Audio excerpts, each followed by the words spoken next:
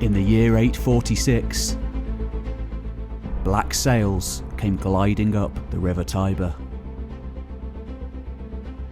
For months, these ferocious sea pirates had raided up and down the Italian coastline, looting and plundering everything they found. And now, after sacking the Italian seaport of Ostia, they had come in search of a far greater prize. Their next destination lay much further inland.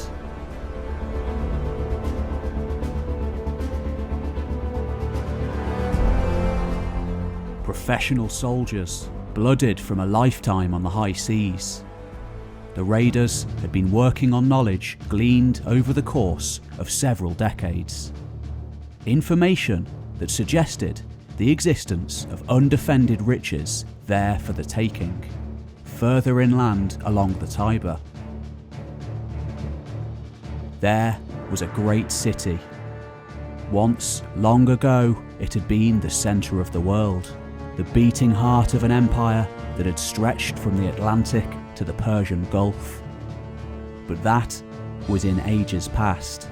Now, meagre communities inhabited the mighty ruins, eking out an existence within the colossal edifices of centuries gone by, acting as custodians and guardians over the vast multitudes of riches and ruins to be found there.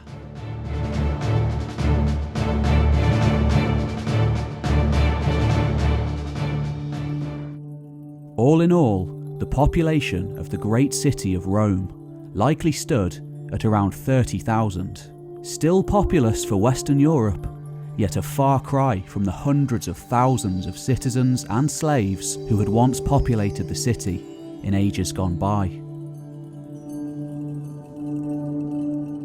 The situation in the rest of the peninsula wasn't much better. To the south, a scattering of Eastern Roman holdouts, leftovers from the days of Justinian, along with a few independent city-states, still clung on. Though, for the most part, Lombard noblemen held sway, Latin-speaking descendants of Germanic invaders. To the north, the Franks threw their weight around, another faction descended from Germanic invaders, though this one a superpower compared to the Lombards of southern Italy.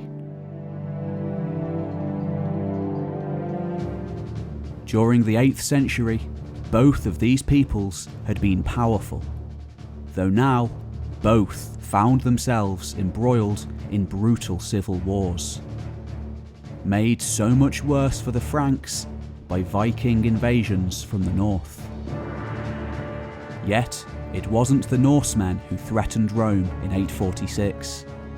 In that year, a new fleet arrived in the Tiber from the crystal waters of the Mediterranean, attracted in part by the confusion and chaos ushered in by the Lombard Civil War. To the horror of those present, the Arabs had arrived. According to the contemporary papal records, this was no mere raid. Loaded onto 73 ships, along with 500 horses, came 11,000 sea pirates, hungry for plunder and slaves.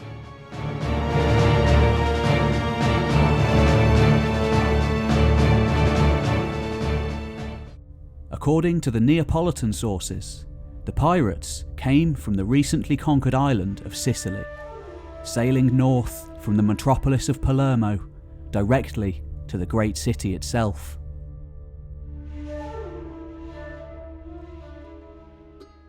Others claim that they hailed from northern Africa, or even Andalusia in modern-day Spain.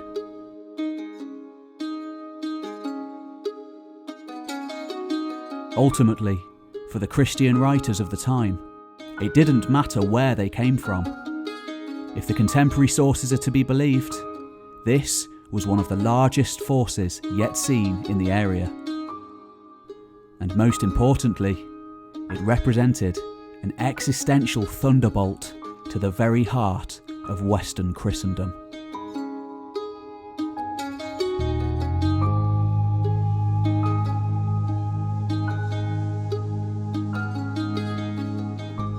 Guys, I just want to say a massive thank you to all of you.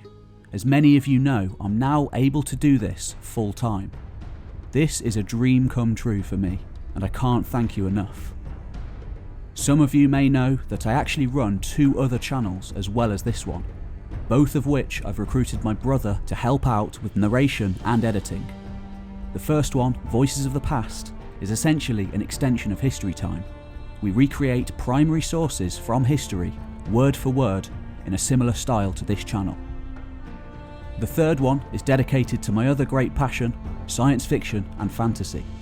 So far we've made audiobooks, and over the coming months we're going to be delving into lore from your favourite sci-fi and fantasy universes. If Lord of the Rings means anything to you, go and subscribe now. You can check out both of the channels in the description below. Now back to the video.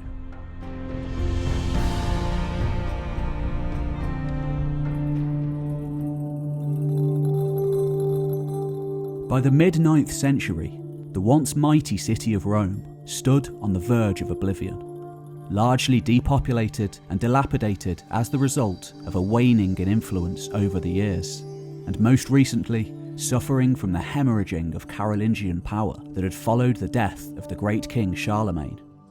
The city was by now a shadow of its former self. Hundreds of years after its repeated sacking by waves of Germanic invaders such as the Visigoths and the Vandals, in the eyes of many contemporary Christians, the great city faced a very real risk of being stamped out of existence entirely. Though Rome itself was a huge, sprawling mass of ruins, the last 50 years or so of investment by the Carolingian Franks had left it with a slew of new and rich churches, all filled with untold treasures, relics and gifts. A number of these, such as St. Peter's and the basilicas dedicated to St. Paul and St. Lawrence, stood outside the colossal Aurelian walls. It was likely these sites that had first attracted the Arabs. The timing of their raid on Rome had been impeccable.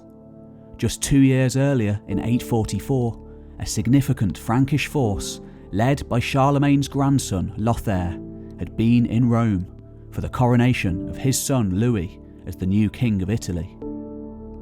The event had been a grand display of Carolingian power. Though, in just 2 years since that time, which saw the Viking sack of Paris, along with a complete breakdown of relations between the various descendants of Charlemagne, the power of the Franks was shown to be little more than smoke and mirrors. And now, by 846, the Frankish warriors were long gone, having travelled back north to protect their own lands.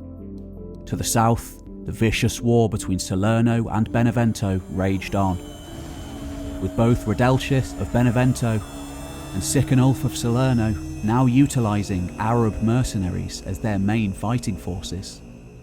Rome was wide open for those ambitious enough to attempt an attack.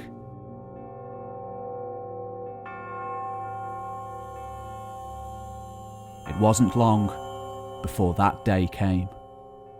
Where exactly they originated from, we can't be sure, though not for a lack of options. For hundreds of years, Muslim pirates had spilled out into the Mediterranean in search of plunder and slaves, and by the 9th century, raids had escalated into full-scale invasion. One by one, the various islands of the Mediterranean had fallen to the Islamic powers, each becoming a stepping stone for further conquests. Just like the Scandinavian pirates of Northern Europe, long before they exploded out of Arabia, nomadic raiding had been a cultural mainstay of the Bedouin tribes of the Arabian Peninsula. Camel raiding was an important means to gain status, and often a genuine necessity for desert living.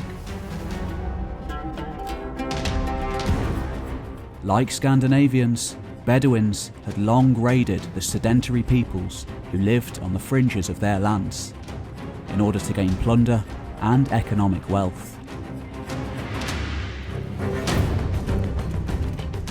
Now, by the 9th century, these campaigns into the Mediterranean, not too dissimilar to the old patterns of the desert, had escalated massively to propel the Arabs onto the world scene.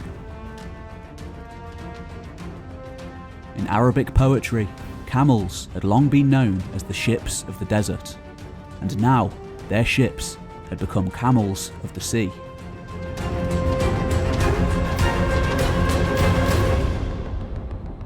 In 812, 2 years before the death of Charlemagne, the island of Ischia, just off the shore of the independent city-state of Naples, was sacked by Muslim raiders.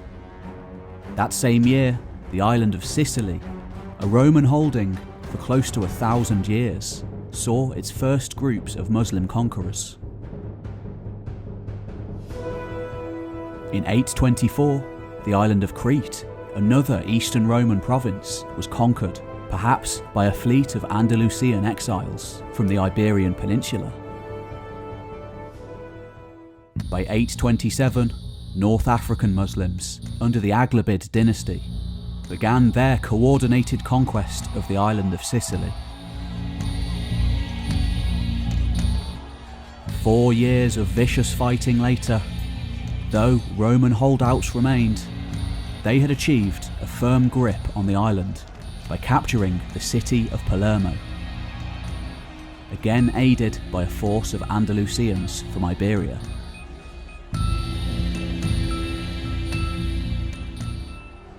Yet, even so, due to the fierce resistance of the entrenched Roman population, the difficult mountainous terrain, and the sheer amount of fortified cities and towns, capturing the entire island was not an easy task. In fact, the struggle for Sicily continued until 902, when the Aghlabids finally succeeded in driving out the last Byzantine strongholds. Nevertheless, despite the fact that the conquest of Sicily took at least 75 years to complete, it did not hinder further Islamic attacks on the Italian mainland. The city of Brindisi was the next to fall prey to Muslim pirates, being sacked in 838. Next came an attack on Bari in 840, one of the most important towns of the eastern coast. Yet, despite this seemingly endless encroachment from the south, there were many Italian powers who saw opportunity in the chaos. As early as 835, the rich yet fragile city-state of Naples hired Muslim mercenaries to fight for them. By the end of the decade, both Salerno and Benevento, the two foremost Lombard powers, had done the same, with devastating consequences.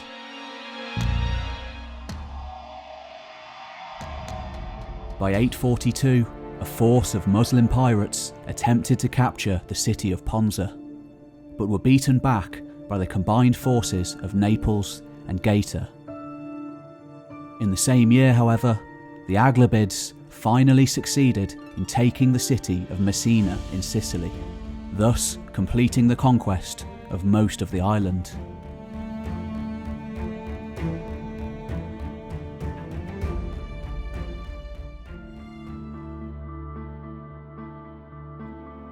We can therefore point to several potential origins for the marauders of Rome. The contemporary papal chronicle and the chronicle of Monte Cassino argue that they came directly from Africa, likely modern-day Tunisia.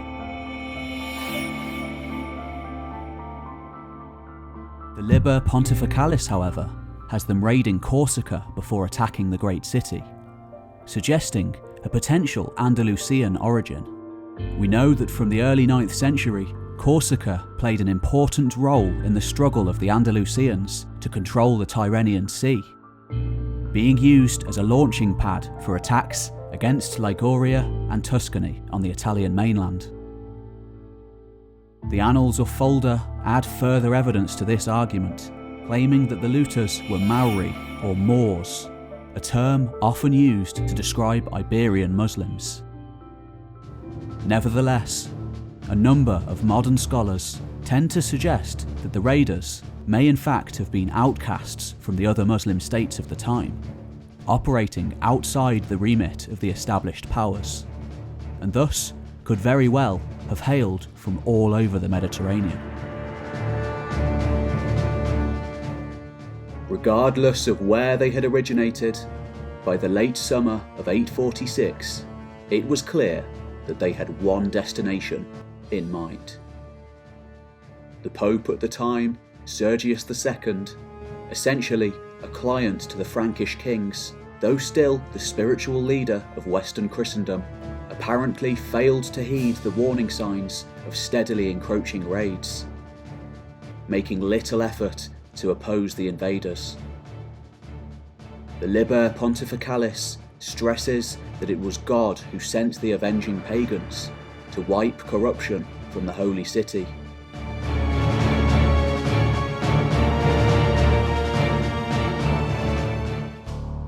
When news reached the Emperor Lothair to the north, he was genuinely horrified, immediately arranging for a force to go south, including his son Louis. Though this was too little, too late. Faced with their own marauding bands of pirates infesting the river systems of the north, they could spare little aid to Rome. For better or for worse, the Pope was on his own.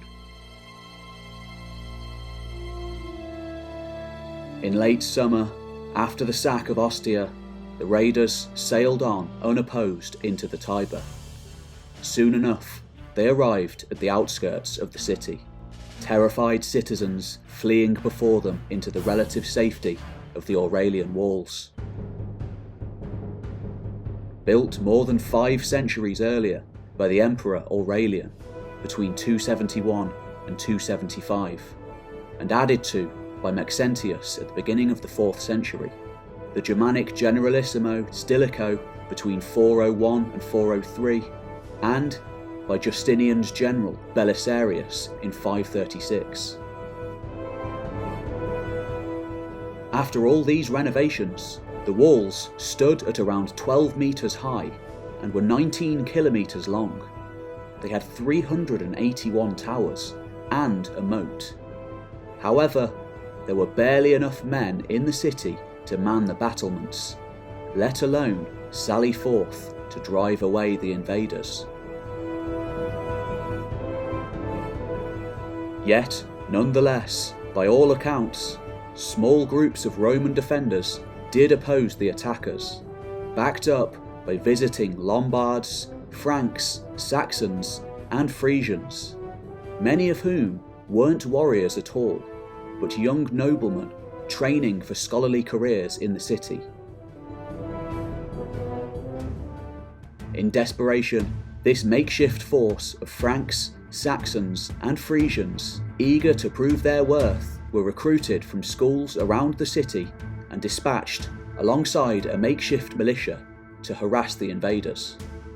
They encountered little resistance for several days, the Arabs remaining hidden, before finally walking straight into a trap. The defence force was massacred, the survivors fleeing back to the safety of the Aurelian walls. For days to come, in clear view of horrified city watchmen, many of them visitors press-ganged into service, the Arabs set about systematically looting and plundering everything outside the walls.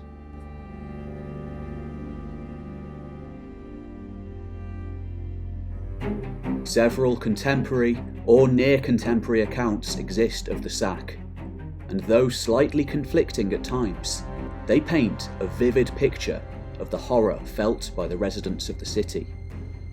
This was the first time Rome had been sacked since the days of the Goths and the Vandals, and even then, they'd left the holy sites alone, themselves being Christians. This time, no such considerations were made. One of the best accounts of the sack, the Liber Pontificalis, apparently penned by a witness, emphasised the destruction of several richly endowed churches outside the city walls. The Frankish Annals of St. Bertin add yet more literary flair by emphasising the spilling of blood and the desecration of the holy altar of St. Peter's Church.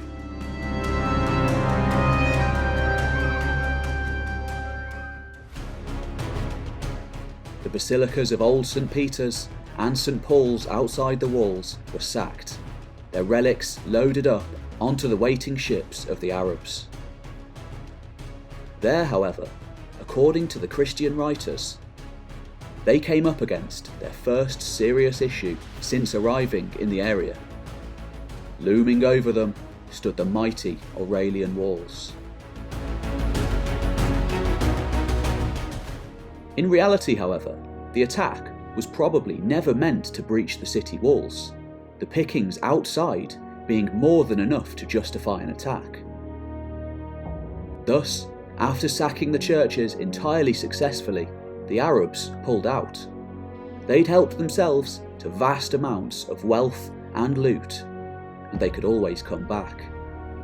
Heading south along the Appian Way, a highway for conquerors from the days of Spartacus all the way up to Napoleon, laden down with plunder, according to some sources, the Carolingian force sent south by Lothair finally caught up with them, though they suffered the same fate as the previous army, being driven off after a brutal battle.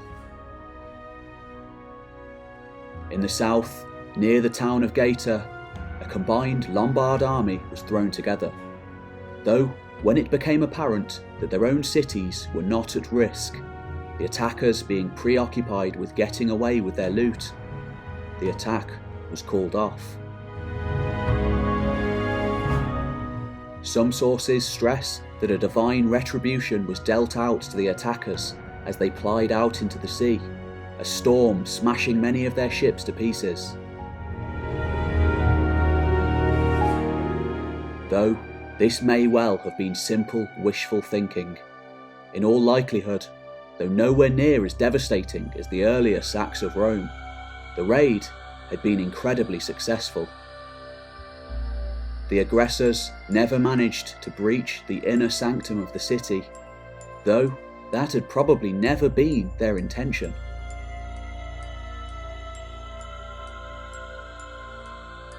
The attack on Rome may have always been intended to be more of a scouting raid than a full-scale invasion. An expeditionary probe intended to test the waters before a larger attack to follow. A similar strategy to ones undertaken on so many shorelines throughout the Mediterranean over the previous 2 centuries, and one that would continue for another 2 centuries to come.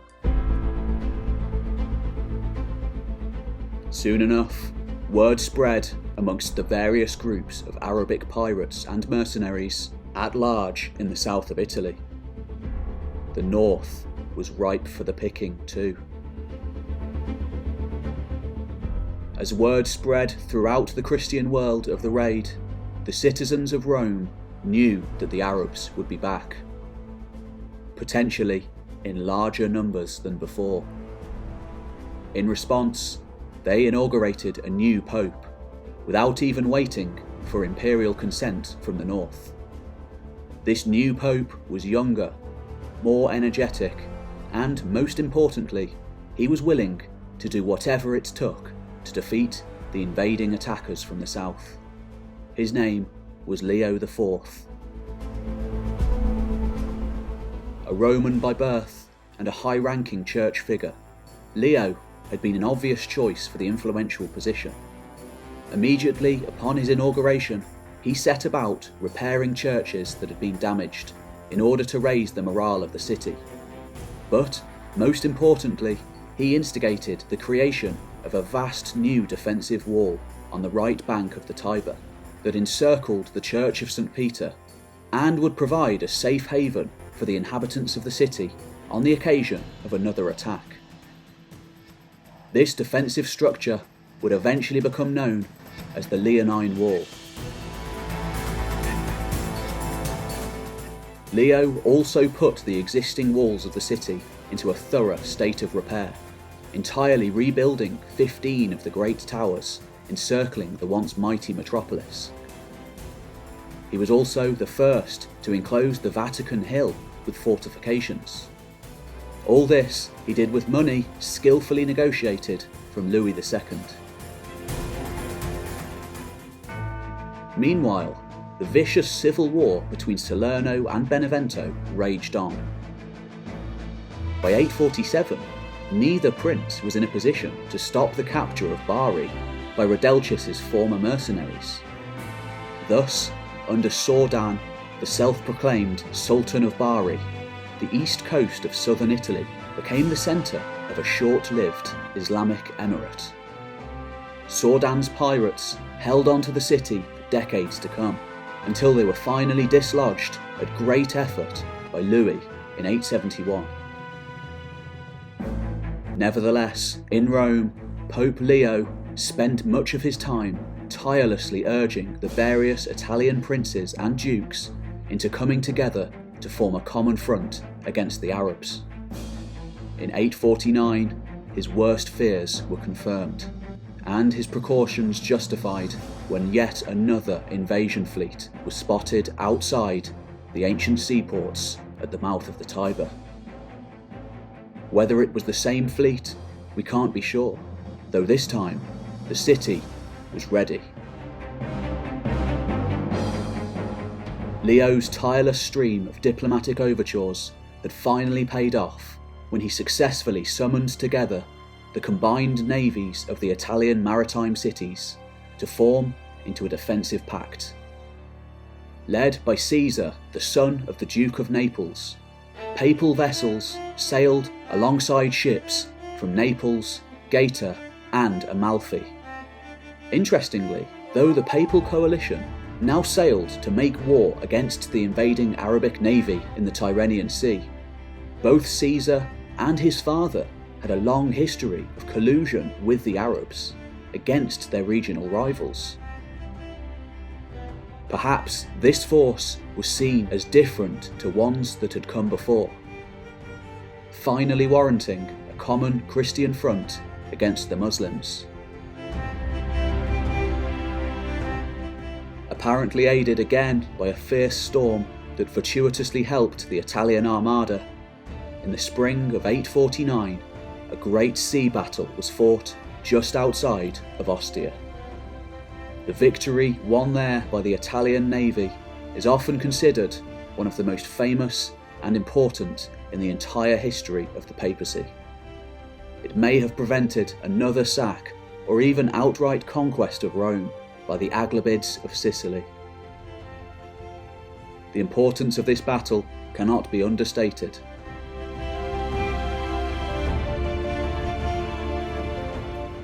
Though Arabic pirates would continue to threaten Italy well into the 11th century, the city of Rome would never again be attacked. Leo remained pope for another 6 years after the Battle of Ostia, remaining vigilant all the while as he carefully added to the defences of the great city year after year, just in case the Arabs again tried their luck. Fleets of Islamic pirates continued to terrorise the region from bases on both the west and eastern coasts, yet their hold on the areas they conquered remained fragile. And finally, by 915, they were dislodged by a new international alliance, this one brokered in part by a new power, a sleeping giant that soon enough would return to the peninsula in force to restate their ancient claims of sovereignty. To the east, in Constantinople, a new dynasty was arising, one that would see a remarkable reconquest of formerly Roman-held lands, from Sicily to Palestine. The Macedonian dynasty had arisen, and soon Roman armies would return in force to Italy, for the first time since the days of Justinian, ushering in a new age.